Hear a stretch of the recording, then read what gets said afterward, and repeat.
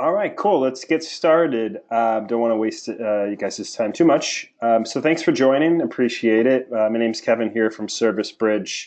Just one last time, if you could select the green microphone button on the GoTo Training panel, that'll mute your mic. And at the end, we'll do a Q&A so you can ask any sort of question. So go ahead and select that now. So I'll share my screen right now. Cool. All right. So what we're going to be going over today. So the first part, I want to go into scheduling.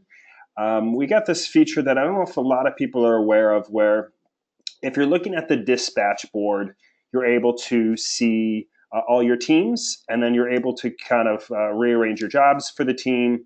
But do you have the functionality of editing who the personnel that's lies within each team? And so you might want to do that on a case-by-case basis, but I'll kind of dig into how that works. The second part, I want to show one area that I don't know if people dig into that much. It's the to-do kind of portion of the work order. There's a lot of places to put notes in for the technician to be aware of when you're kind of making that work order or estimate in the office. So the to-do portion is another feature or functionality that you can translate over to the tech. And I'll show both the office version and the mobile version and see how that looks like. So cool. Let's start off with the dispatch board. So let's go over to scheduling, and then I will select dispatch. And from here, as you can see, the dispatch board displays the duration. So I'm looking at just today. And then it's also going to showcase all your texts, or actually it's going to display your teams here on the left-hand side. And then it'll also show unassigned. So what unassigned is, though, is if you create a work order and you leave the status as open, then it gets pushed into the unassigned category here. And this is helpful is if you're on the phone with somebody and you're not sure who you want to assign this job to, but you just want to obviously put it in at a certain time, like 11 o'clock. Then you can go over to this dispatch board. You can see that there's a job unassigned at 11, and then you can drag and drop it onto a certain technician. So for instance, if I move this over to 12, what it's going to do is it's going to be in the unassigned. But then if I do want to give this job to Alex, all I have to do is select this job and then drag it over to him. And then he'll get the notification that that job's been assigned to him. So what I do want to showcase, though, is if you're looking at the day and you notice a certain technician or even a couple people have a lot on their plate, and so they have a lot to handle, a lot of jobs to get to, and perhaps that technician or team probably can use another hand. And this is helpful when there's a technician then also who isn't having a full day. So for instance, if you look at this board and you see that Michael doesn't have anything going on today, but then if I look at Jim, I can see that he has a full day. He's got 4 jobs, this one, this one, this one, and this one. He's got a lot to get to. So Michael does want to get to some work. He's ready and willing, while Jim has a full day and can use some help. So instead of going into personnel and then editing and making a new team, what you can do is you can edit the team members directly for this day. So what that means is if I click on Jim, I can then see his jobs listed here, but then I can manage the team of Jim. So I can select manage, and as you can see, just for today, only Jim is a part of it. But if I manage team members, I can then select who else is going to help Jim out today. So I can select Michael since he has a day of not doing much work. So I will save that. And so what that does is that moves Michael over to Jim's team. So now it's Jim and Michael, and they will both receive notifications and information on their tablets of their jobs that they have going on to today. While this is important to know, what happens with Michael, his team, is there's no members. So I stress this because let's say, for instance, Michael did have a job today at 5, but then you moved him over to Jim's team. Michael will not be able to see that job that he had at 5. all he's able to see is the jobs that he has going on under Jim's team. And so it's a little confusing with the word, team members and personnel. But now Jim and Michael are under one team, and they both can see these jobs, while the team of Michael, which has no members, can't see anything. So this is helpful for only people that don't have anything going on for the day, and you want to throw them on another team strictly for the day. And I say day because that's the duration we're looking at. And so be aware, though, if I was to select the week and I wanted to make a change like I just did, I would select, let's make that change that what I just did. So I'll select Jim, I will manage it, and just be aware that I can manage this date range. So now I'm changing that team based on the 17th through the 23rd. So if I added Michael to it, so I have to do it equal of today because it's prior to. But so just be aware, depending on the duration that you're looking at, that's how you're going to edit those teams. So if I also was to look at a work order in regards to this team that has 2 people, let's go ahead and look at work order 142. And then the office can know who's a part of this team. So as we can see here, both Jim and Michael are a part of that. So that's kind of it. Hopefully that's understanding. So essentially it's great for looking at your day, seeing that people, one person doesn't have that many jobs to get to while another person has a ton of jobs to get to, and then just really easily switching over a personnel to a different team so that they both can handle the job. Cool, so that's the dispatch board. Cool, let's go over to work orders, and then I will discuss the to-do functionality. So let's go to a work order that is coming up in the week, and I will select Michael as the tech. All right, let's go to one that is going to be assigned for the 22nd. And so I'll click on this work order. And let's go down, let's actually collapse these fields, and then let's look at to-dos. So, as you guys might already know, there's a slew of places where you can enter in information for the tech to be aware of, right? So you can enter in information under the summary. You can enter in information under notes, right? There's regular notes, there's private notes, invoice notes. You can also put in activity notes, custom fields. So there's tons of places where you can essentially translate information from the office to the technician. So this is just another feature, another spot for you to do that. And it all kind of depends what the flow is like, right? If you're used to just putting notes in the work order notes, because that does translate to the work order, that's fine. If you want to put only notes in private notes, that's how you guys work, that's fine too. This to-do functionality is just maybe a little easier, and I think it's helpful for getting specific into what you want the person to do. So let's add some to-dos for this work order 2-82. And so it's really easy. You just create a task with a short description. So let's just say you want this person to clean bathroom sink.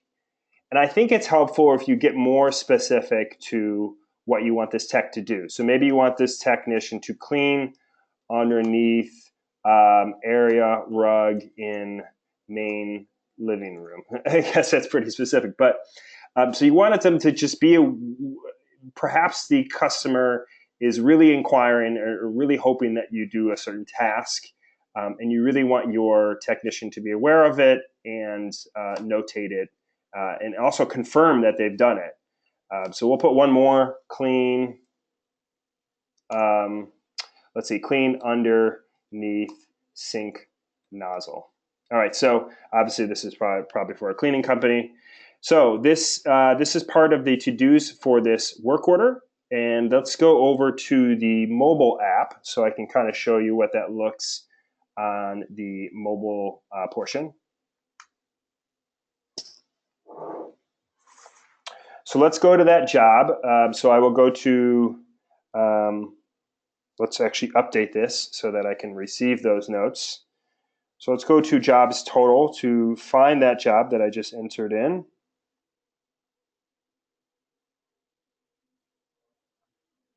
Cool, so here it is, 9 a.m., January 22nd for the hospital.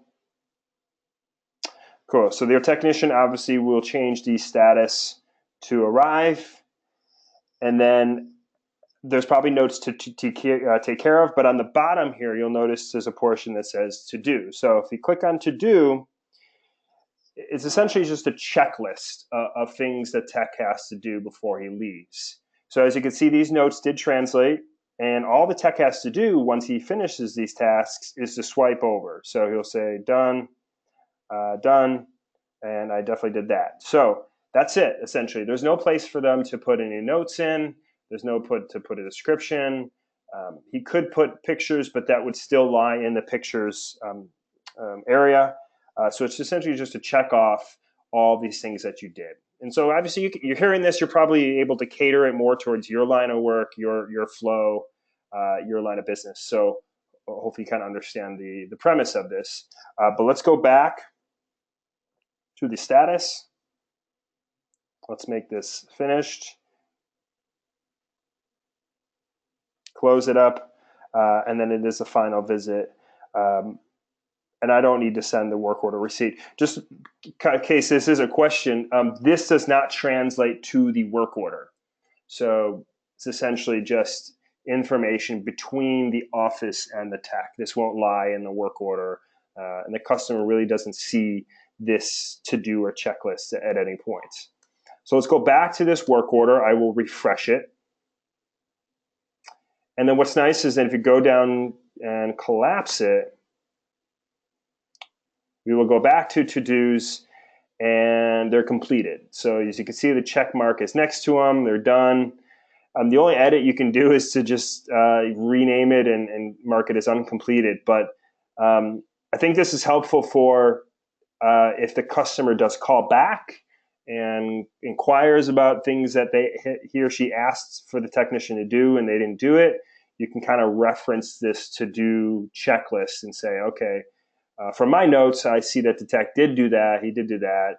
And then, if it's helpful to take pictures, then you can just go right to the pictures category and see what those look like. So again, this is really simple. It's essentially just a checklist. Another spot for you to relay information to the technician. Hopefully you can cater this functionality to your line of work, make it easier. There's no reporting on this. And again, it doesn't translate to the work order. Just easily another spot for you, a technician, to make sure you're on the same page. Obviously, if you're adding products and services, that'll also have a description of what to do. So I think this to-dos list is helpful for when the customer is requesting other services to be done that you probably wouldn't charge for, right? Things that they want to be done, and it's kind of just like a thing that isn't on the product or service, but it's just like an extra kind of task for the technician to do. Cool. Well, those are the two things I just had to discuss today. I know it's so short. I like to keep these short and sweet. So if there's any Q&A, or we can get to that now. If you have questions about the two things that I just went over, that's fine. I'm happy to answer those. And then if you have questions about anything at all in regards to ServiceBridge, I can answer those too. So I know these are two really simple, quick features. I did want to showcase these because sometimes I think these two get lost, and it's maybe you weren't aware of it. So that's what I'm trying to do with these webinars, to showcase some features that you might not aware of. People get into a flow of things where they have their own system, their own method, but then they don't really scour the platform for other uses. So I think just showing these other small features could help, not only to add it to your flow, but just maybe replacing something that you're doing before. Cool. So any questions at all? You can chat me. You can. Alex, this is Lee. Oh, hey, Lee. Did you say Lee? Yeah, this is Lee. Got a couple questions on the features you just talked about. Number one here, I understand as far as if you're adding a technician that you're just going to put him on the whole day, how you did it from the dashboard there. Mm-hmm. But if you just want to add a technician just to one job on somebody's work order for the day, what's the quickest way to do that? Yeah, great question. I would imagine it's difficult because, and I don't know if I did mention this, but when you are creating a new team, you can't. Only a certain person could be assigned to one team.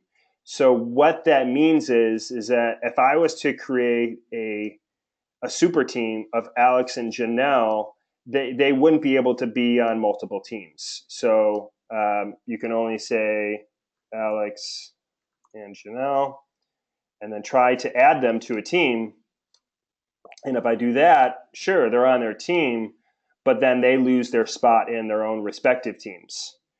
So that could be something you do, but that's not. I guess that's an answer a question in regards to a single job. Um, I don't know if there's a specific way to add to just one job. This is mainly for the whole day at hand.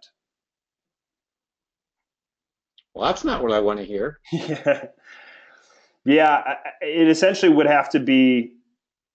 You would have to get in touch with that technician, right? If it's just one job, you can let the technician know the details, and obviously when they link up with that technician can give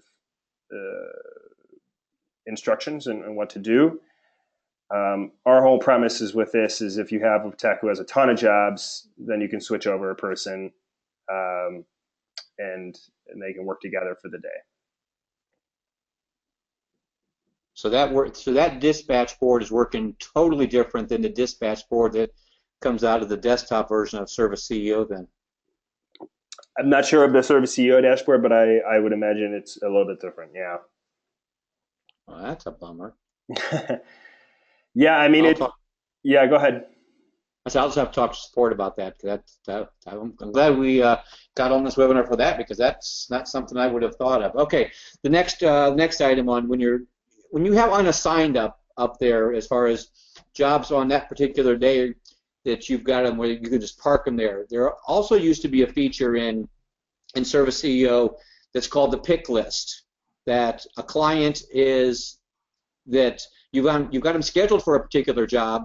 They wanted to go earlier than the job that you actually scheduled them for, but you couldn't fit it in, so you could actually hit this called a pick list, and that way if somebody canceled on you, you always had the ability to say, okay, who needed to come forward, and you could pull somebody forward. Mm-hmm. Is that feature in here at all? Yeah, let me try to restate what you're trying to ask and see if I'm right here. So essentially, it would just be like a running order of who would get next in line if there was availability. Well, okay. Let's just say go out 2 days on your dispatch board there. Go out and go Yeah, check up to 2 days. 22nd. Yeah, Okay. yeah. So 22nd. Okay, so now we're looking at the either one of those jobs. So you got a job there at 10 o'clock on that day Mm-hmm. that it was set there because that was the only thing that you had available on your schedule. But that client wants to go earlier if a spot became available. So there was a toggle switch that you could do in Service CEO that let us know that this client wants to go sooner if possible, and it was just a very very simple thing for us to do. Do we have that functionality in here to know that a client would like an earlier appointment if possible? The only thing you can do is you can click on the particular job, and then you can put in the summary that client wants a appointment earlier if possible. So then Well, when you're so that that doesn't. Never mind. That doesn't work because you'd have to go through. If you've got 30 jobs scheduled, you'd have to sit there and go through every single one of them, see who wanted to go early. No, that doesn't work. Okay, never yeah, mind. So yeah, I mean I'll send that's that. the only thing I can think of is um, the only thing I can think of is you can, I mean, workaround is you can label this confirmation status and have it known within your organization that a certain confirmation status means that the client wants to go earlier. So um, I don't know what you can name the status to be, but let's say red bounced email means the client wants to go earlier, then you can obviously look at the whole board and see this red notation here. Okay. All right. So just I'll work around for that one. Okay, and then the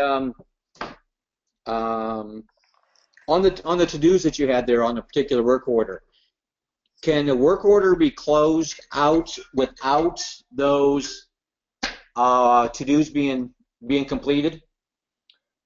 Yes. Okay, so it's not like when it's asking for payment or emailing this song right there. So they could physically close it out and not answer those questions or complete those to-do lists on it. Yeah, essentially they could. I mean, if you're looking for something, um, if you want to make that a functionality, you can do a custom form that they have to fill out each time they're there. And Okay. then you can have certain fields you can't close in unless those fields are filled out. But as far as these to do ones, they can close it without those being checked off. Okay. Good. Thank you. Of course.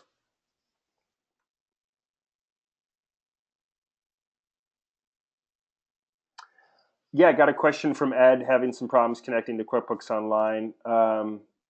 Ed, we can chat about that. I'm happy to dig into what the issue is with QuickBooks. I don't know if it's disconnecting on its own, or if it's not syncing properly, whatever it may be. Let me know. I'm happy to reach out to you afterwards and talk and kind of troubleshoot that issue, because could be something just on your back end that we can figure out.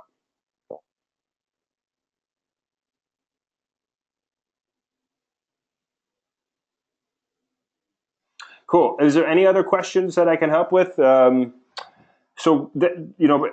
brought up a good point about that individual jobs. Again, this is strictly for teams for the day. If it's individual job, you'll have to just probably get in touch with the technician, let them know that they're going to be joining this other person in a job. This is strictly for the whole day at hand. So hopefully that's clear. So if any other questions, let me know.